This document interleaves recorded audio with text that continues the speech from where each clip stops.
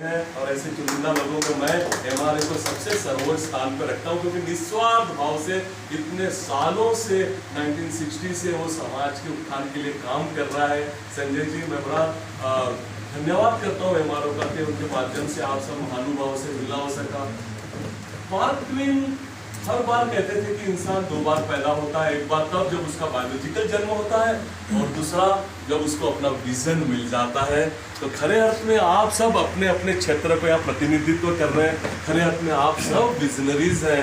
लेकिन इसके विपरीत कई बार ऐसा होता है कि हम हमारा मोटिवेशन, हमारी प्रेरणा कहीं और किसी और में ढूंढने की कोशिश करते हैं। हम सब जानते हैं कि हमें भी उस ताकत ने बनाया, पूरी पृथ्वी ब्रह्मांड को उसने बनाया। हम कई बार कहते हैं कि हम उसकी संतान हैं। जब हम उसकी संतान है तो ये बट नेचुरल है कि वो पूरी की पूरी ताकत एक डीएनए के रूप में हमारे अंदर समाई हुई है। लेकिन होता ऐसा है ना कि समय के थपेड़ों के चलते कुछ संजोगवश वो ताकत या अंदर छुप कर रह जाती है, बस उसको ढूंढ कर बाहर निकालने की जरूरत है। और इस तरह के जो ये गेट टुगेदर है, इस तरह की जो ये कॉन्फ्रेंस है, वो खरे अर्थ में उस ताकत को कहीं टटोल कर बाहर निकालने में हमें बहुत मदद करती है। इसलिए वंस अगेन मैं हमारे का थैंक यू कहता हूँ। और रही बात ये अंध, अपंग, लाचार, बेचारा शब्दों की, मैं सिरे से नकारता हूँ इन शब्दों को। आज 21वीं सदी में इस तरह से कोई प्रॉब्लम है भी तो बहुत कुछ करने के लिए है, लेकिन तकलीफें और परेशानियां तो उस दिन होती है जब हम अपनी शरीर की तकलीफों को अपने मन पे, अपने दिमाग पे ले लेते हैं। मेरे इन 28 सालों का सनराइज कैंडल का जो ये अनुभव है, मुझे हर बार कहता है कि इन हर्डल्स, फीडबैक, तकलीफों से हमारे जीवन में सिर्फ दो बातें हो सकती है, या तो हम बिखर जाते हैं या फिर निखर जाते हैं। दोस्तों, तो बिखरने का इतिहास रटने से ज्यादा हम निखरने का इतिहास रचने की ओर आगे क्यों नहीं बढ़ सकते। और इन तकलीफों, परेशानियों पे कवि मन क्या खूब कहता है कि कौन कहता है संग दिल को अश्क नहीं होते, हमने तो चट्टानों से भी झरनों को निकलते देखा है। और कौन कहता है तकलीफों में खुशियां नहीं मिलती, हमने कांटों पे गुलाबों को महकते देखा है। कौन कहता है जिंदगी में आगे बढ़ने को, अरे कौन कहता है जिंदगी में आगे बढ़ने को कांधा किसी का चाहिए ही चाहिए, हमने तो अक्सर कांधों पे सिर्फ जनाजों को निकलते देखा है। और कौन कहता है मिट्टी ही जीवन का अंत है, हमने तो कई मज़ारों पे अनगिनत फूलों को खिलते देखा है। बहुत बढ़िया फूलों को खिलते देखा है। बचपन में जब हर्डल्स आए, स्पीड ब्रेकर्स आए, माँ जो मेरी सबसे बेस्ट फ्रेंड थी, मेरे सर पर हाथ फेर कर हर बार वो एक ही बात कहती कि भावेश, तू दुनिया को नहीं देख सकता, इसका मतलब ये नहीं कि तकिए में मुंह डालकर रो, अरे घर से बाहर निकल और कुछ अलग करने की कोशिश कर, कुछ हट के करने की कोशिश कर, कि जिस दुनिया को तू नहीं देख सकता एटलीस्ट वो दुनिया तेरी तरफ देखने की शुरुआत करे। और अब बात चली है तो कुछ रिसर्च वाली भी बात आपके साथ शेयर कर दिया। मैं अपनी जवाबदारी समझता हूँ कि जब माँ सर पर हाथ फेरती है ना तो बाल यूं बड़े बड़े बजाते हैं, लेकिन इसके विपरीत जब बीबी सर पर हाथ फेरती है तो आप देख रहे हैं मेरी हालत क्या होगी। हम अगली बार मिलेंगे तो मैं गर्लफ्रेंड के रिसर्च वाली भी बात आपके साथ शेयर करूंगा। अच्छे लोग बने गए मीटू कैंपेन में। माता पिता की इकलौती संतान था, डैडी दिहाड़ी मजदूर, रोज कमाओ रोज खाओ वाली बात थी, लेकिन माँ ने एक नॉर्मल स्कूल में दाखिला दिलवाया। उन दिनों ऐसे सर्व शिक्षण अभियान की कोई खास व्यवस्था थी नहीं, बड़ी परेशानी हुई। जिस दिन दाखिला मिला शायद हमारे छोटे से एक कमरे के घर में कोई उत्सव, कोई त्योहार सा वातावरण लेके आया, लेकिन पहले दिन से समझ में आ गया कि कहीं तो भी गड़बड़ है। स्कूल में आपको दिखता नहीं, आप ब्लैक बोर्ड नहीं पढ़ पाते, चलो साइड पे बैठे कोने में बिठा दिया जाता। मुझे भी लगता ग्राउंड पे जाऊँ, मैं भी फुटबॉल को किक लगाऊँ, मैं भी क्रिकेट खेलूँ, लेकिन मेरे हिस्से, मेरे और दोस्तों की किताबें, स्कूल में गया, टिफिन बॉक्स संभालने से ज़्यादा और कोई काम ही नहीं आता, एक कोने में बिठा दिया जाता।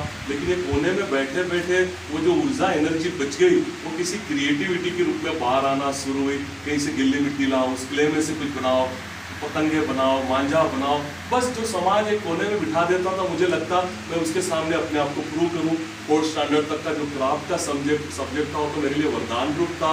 दुनिया भर की चीज़ें बनाकर स्कूल में लेके जाता, मेरे क्लास टीचर हर क्लासरूम में घुमाते, बड़ी शाबाशी मिलती, बड़ी वाहवाही मिलती, तो मुझे लगता बस यही मेरे लिए ठीक है।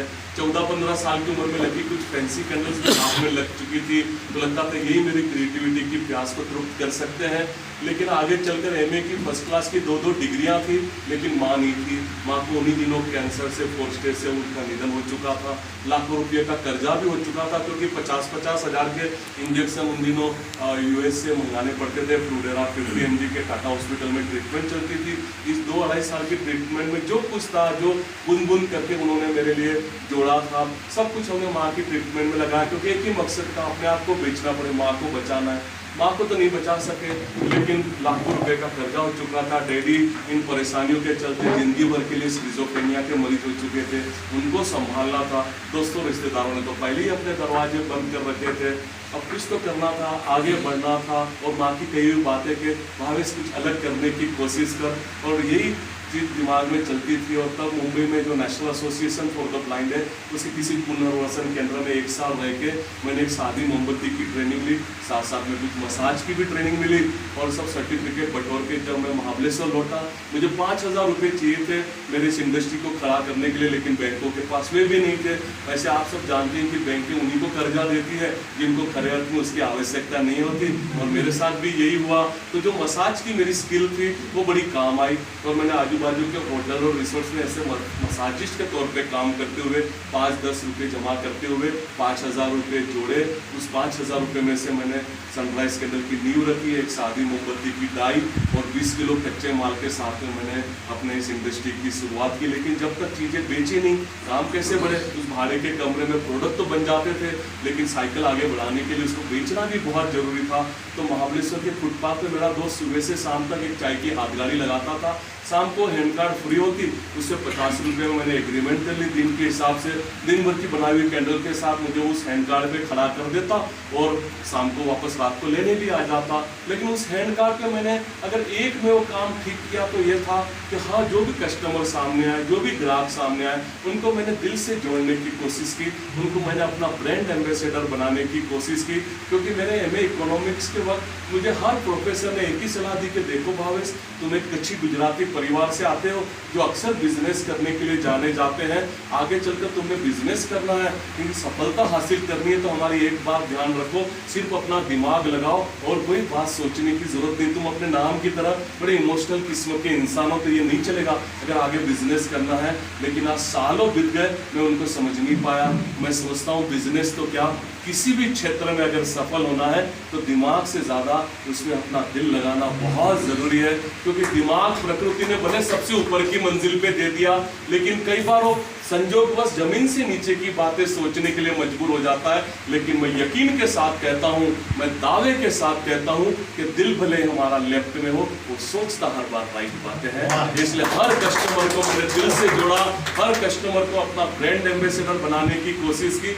ये कस्टमर के साथ का जुड़ाव आपको किस ऊंचाइयों तक लेके जा सकता है, उसकी आप कल्पना भी नहीं कर सकते। बड़ी छोटी सी घटना के साथ मैं इसको समझाने की कोशिश करता हूँ। उस हैंड कार्ड पे जब भी मैं होता, किशोर जी, मैं कस्टमर बिहेवियर पे काफ़ी रिसर्च करता कि मेरी प्रोडक्ट को छूकर आपस में उनका क्या बात है, क्या अभिप्राय है।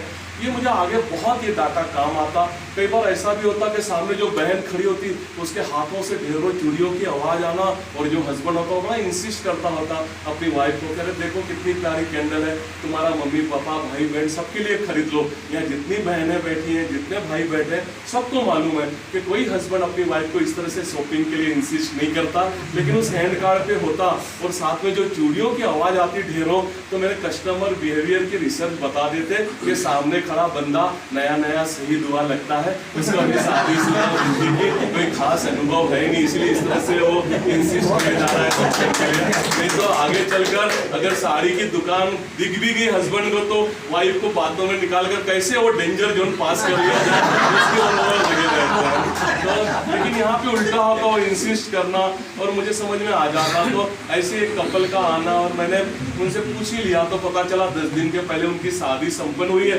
जस्ट उस हैंड कार्ड पे जो पहली 60 रुपये वाली फ्लोटिंग फ्लावर थी मैंने उनको वेडिंग गिफ्ट दी, दूसरी जो कैंडल खरीदी उसके दाम चुकाए। जाते जाते उन्होंने बाजू में जो एक प्रोविजन स्टोर था उसका एक लैंडलाइन नंबर भी लिया, केयर ऑफ नंबर मेरा, और गए। 15 दिन के बाद में उस नंबर पे फ़ोन आया कि भावेश जी आपने पहचाना मुझे, कुछ कहूँ उसके पहले उन्होंने कहना शुरू किया कि आपने हमें वो वेडिंग गिफ्ट दी थी। अरे सर